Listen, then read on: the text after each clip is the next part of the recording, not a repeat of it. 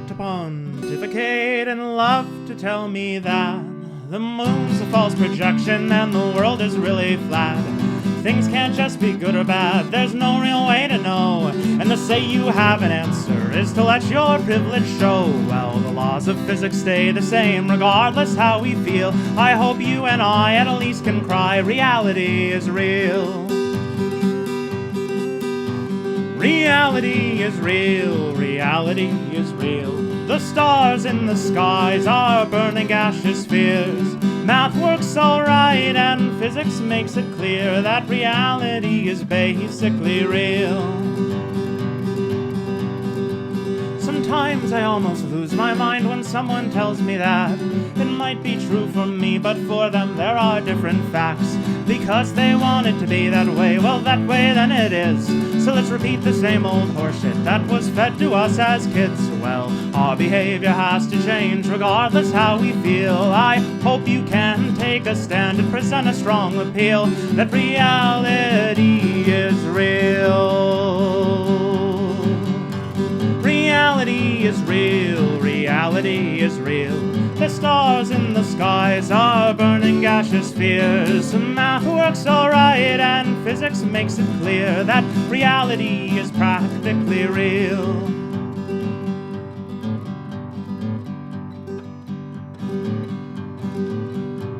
The world's a complex place, there's many questions left to ask. How God or Krishna made us and for what spiritual task? How can we know what came before if none of us were there? We must trust revealed knowledge from a God who truly cares, enough to lead our lives with threats of hell inside our heads. Well, I hope that you dodge that trap and come to see instead that reality is real. Reality is real, reality is real. The stars in the skies are burning gaseous spheres. Math works alright and physics makes it clear that reality is basically real. Perhaps you've come across folks who think you can read the stars, or learn about the future with the shuffling of cards, or speak to ancient life forms in amethyst or jade, or let spinal sublimation cure the problems that we've made for our bodies by not harnessing the boundless flow of ki. Well, I must insist you prove all this before giving up my plea that reality is real. Reality is real.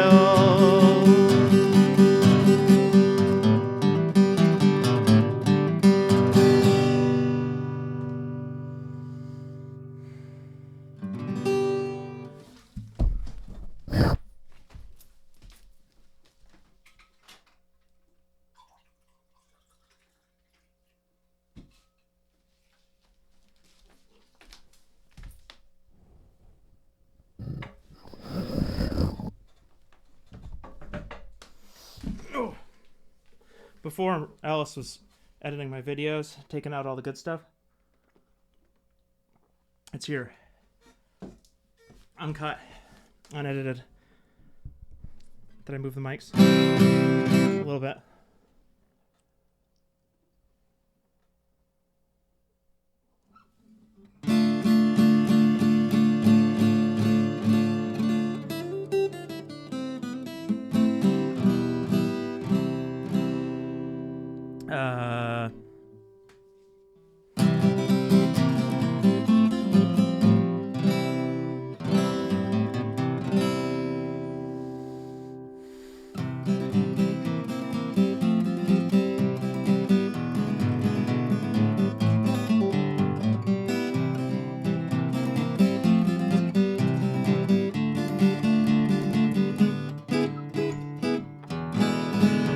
A girl with eyes of crystal balls and hair of the darkest mystique, grins with violet painted lips, approaches me and speaks.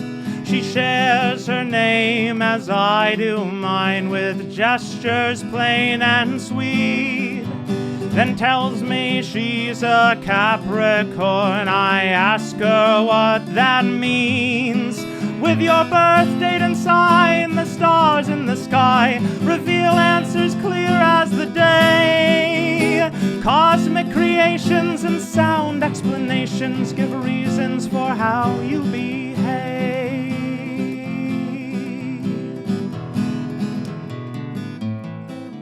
Well, I asked her to show how this could be so, how this method so ancient and wise could judge people's fate while the stars constellate. If those stars have all shifted since Babylon's time, it's more likely to me that a man's personality is shaped not by auras in space, but by family and friends and the way that he spends his days navigating this place.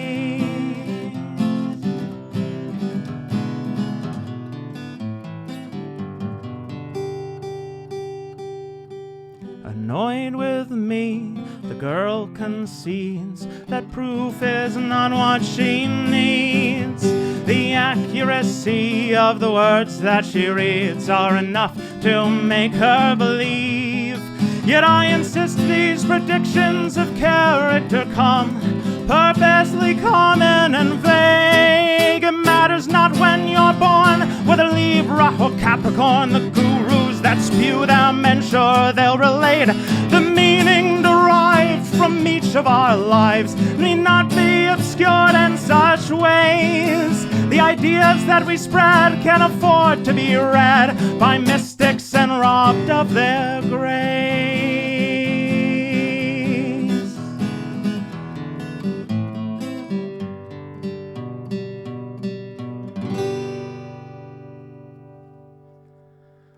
The girl only stares, surprised that I dare to question these feelings she's felt.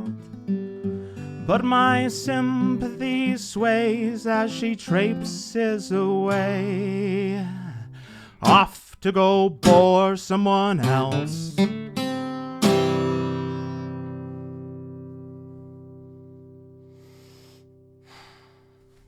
Messed one of those words up.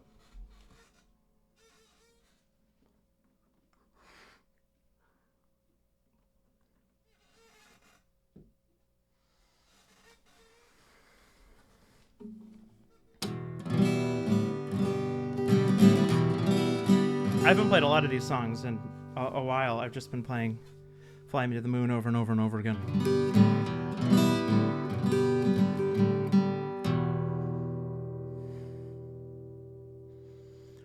Who is like God that treads on the sod and pushes the plow like a serf? And how do you know the seeds that you grow as you scratch for a place on this earth? The cards that he grips with a smile on his lips, and you ponder your ponderous plays. Games won one by one until evening has come. There's no time, as you heard the man say. And who is like God, who worries and plods but pushes ahead through the dark? Because others need help and he still has his health, and at times life still feels like a lark. You watch his hand stretch halfway down the neck as he strums. You wonder and hear each note leave the lip fret, each note meet the next as pulled from the frets, tied to a heartbeat and play just as clear. And who is like God, who smiles and nods as his friends gather around him and say, you bind us like glue, and we hope that you will come back and talk to us every day.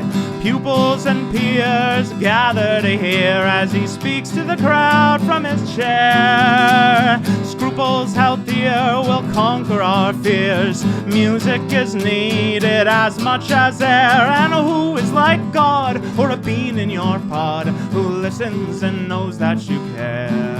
And he wonders how you write the words that you do, but you both know who helped you prepare. And who is like God, who treads on the sod and pushes the plow like a serf? And how do you know the seeds that you grow as you scratch for a place on this earth?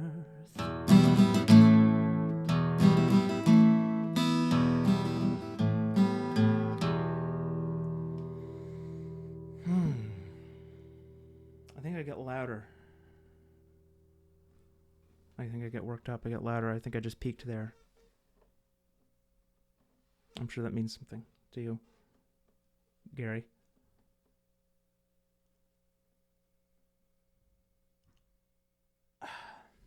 How's that? That seems good.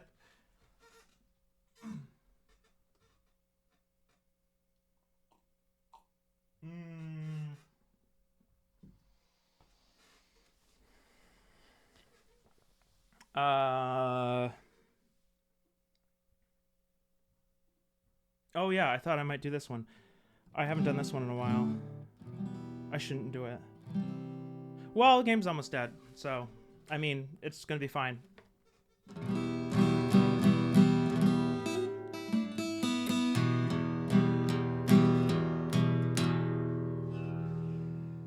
In a time of far antiquity, the first wizard laid a plan. A game of creativity soon spread throughout the land. Of noble knights and hoary shades, of goblin spells and rings. Wars to fight for glory made as far as one could think.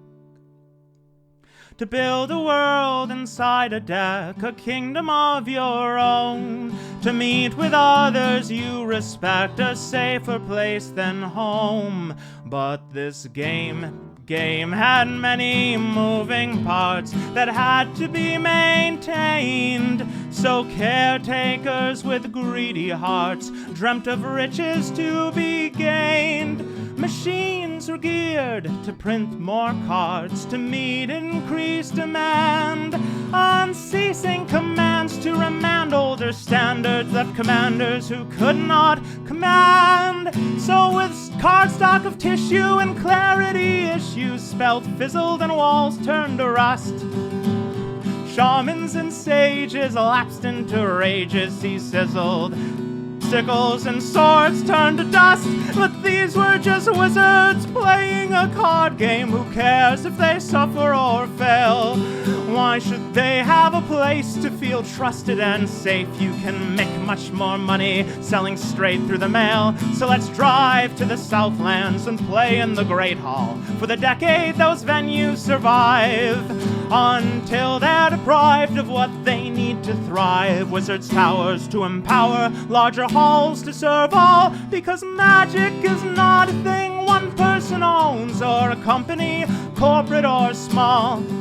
The first wizard denied a crown or a throne. He must know what he did for the better of all. So please, when you work on your quarterly plans, plotting your growth across time, more than just customers, more than just fans.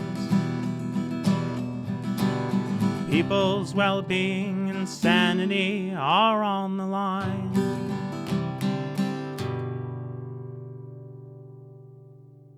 That was a little...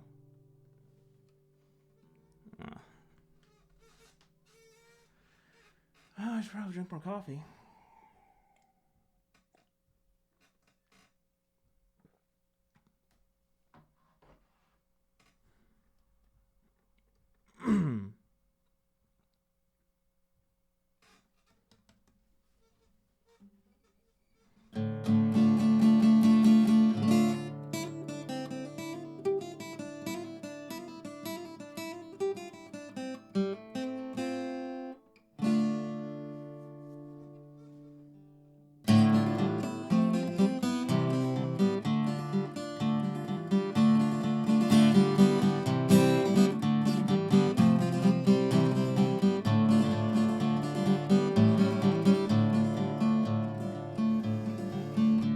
I'll tell you the tale of of a brave and noble wanderer who fell into a place not known by men for years, a place underground, older than time or longer, growing in our terrors and our fears. He played a golden lyre, had a voice of the stars. He trekked the world by bone, moving near and far, blessed by the gods. Thousands heard his voice, the world moved when he made that fabled choice. He joined the ranks of a famous noble vessel, manned by a crew of 50 heroic men, the son of a god, men who hunted and wrestled, some of which were never seen again. He angered the gods and their vengeance slew his lover. A deadly nest of snakes left her body cold, but he knew in his heart he could never love another, and hatched a plan both foolish and bold.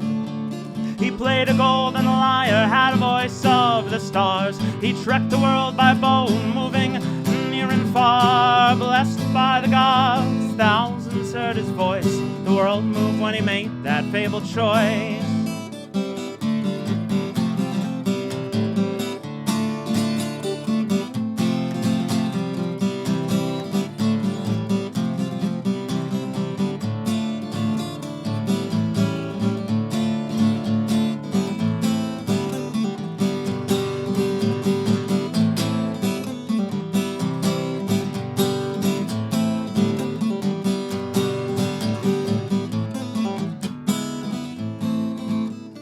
Trekked the world for years, looking for the entrance that would take him to the darkness under the earth, braving deadly perils and a guardian immense to prove to the king and queen his worth.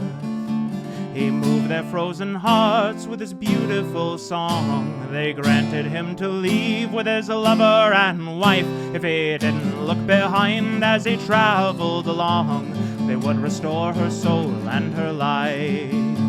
He played a golden lyre, had a voice of the stars. He trekked the world by bone, moving near and far, blessed by the gods. Thousands heard his voice, the world moved when he made that fabled choice. But alas, curiosity proved to be his downfall. He tried to steal a glance to see if the gods spoke true. She disappeared in seconds with a sorrowed haunting call, just as the earth's green meadows were in view. And so ends the tale of our brave and noble wanderer, who tried and failed to bring his love back to the sun. The only chance to restore his true love he squandered, and in that folly his life was undone.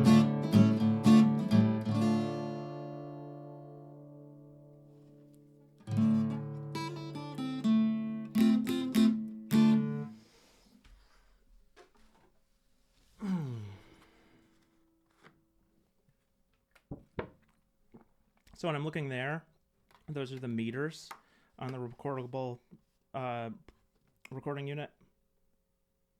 Portable recording unit I'm using. This is quite the stage banter.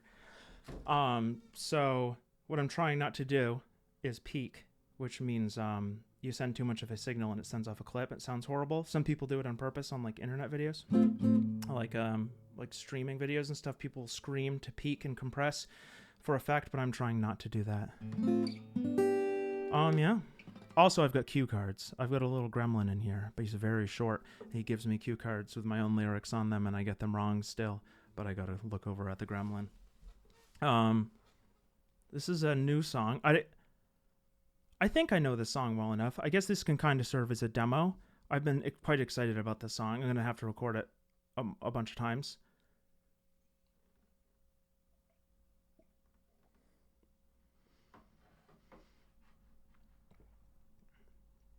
I'll have this be the end of the recording, so if I horribly mess it up, I can just cut this out. So if you're seeing this, it was only half. It was only 50% to 70% messed up instead of 95% messed up.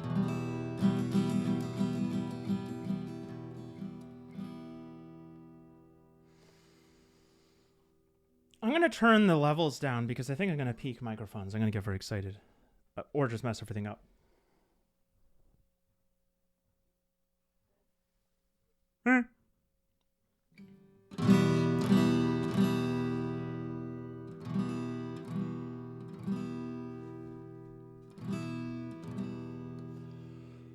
When I was quite young and old songs could be sung, they told us how we used to brave the harsh light. But we had to run and hide from the sun, for our hubris had earned us this pit-dwelling blight.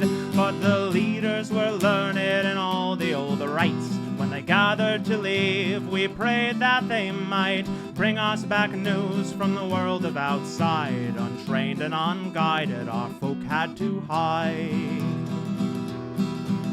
Our minders would smile, heads up with pride, as they put on their blinders, one on each side, to block and to shade them from frightening rays, to bring us back stories to lighten our days. In the cavern we'd sit, young to the old, after hours in the pit, breathing in mold, for the ore that they'd break from the load, which our minders would pack into crates, which then rode up a lift through a shaft dug deep in the past, up to the surface, pitted and blasted, where slobbering mutants would take up their prize, a deal we must hold with folk we despise.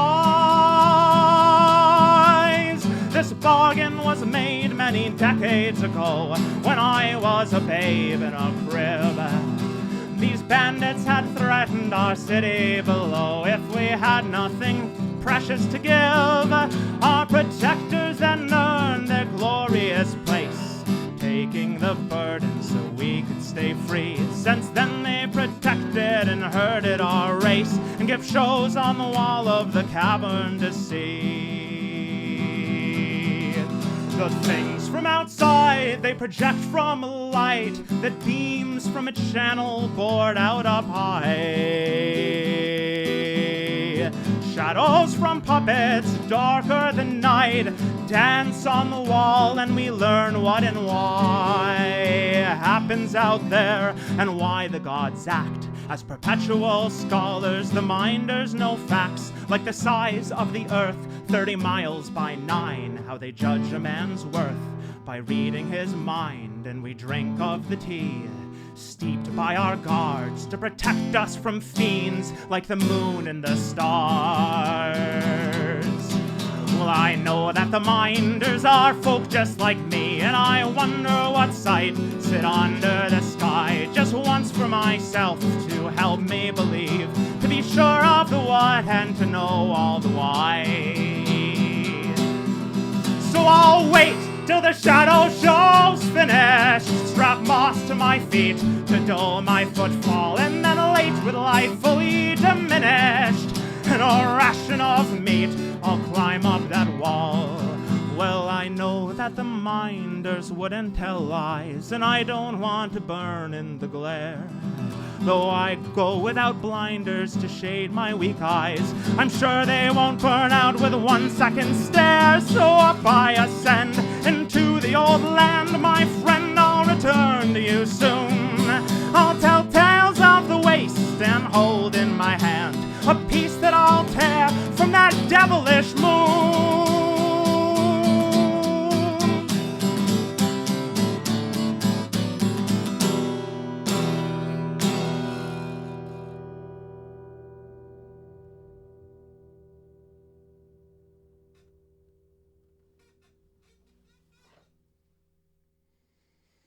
I'm out of coffee. Button.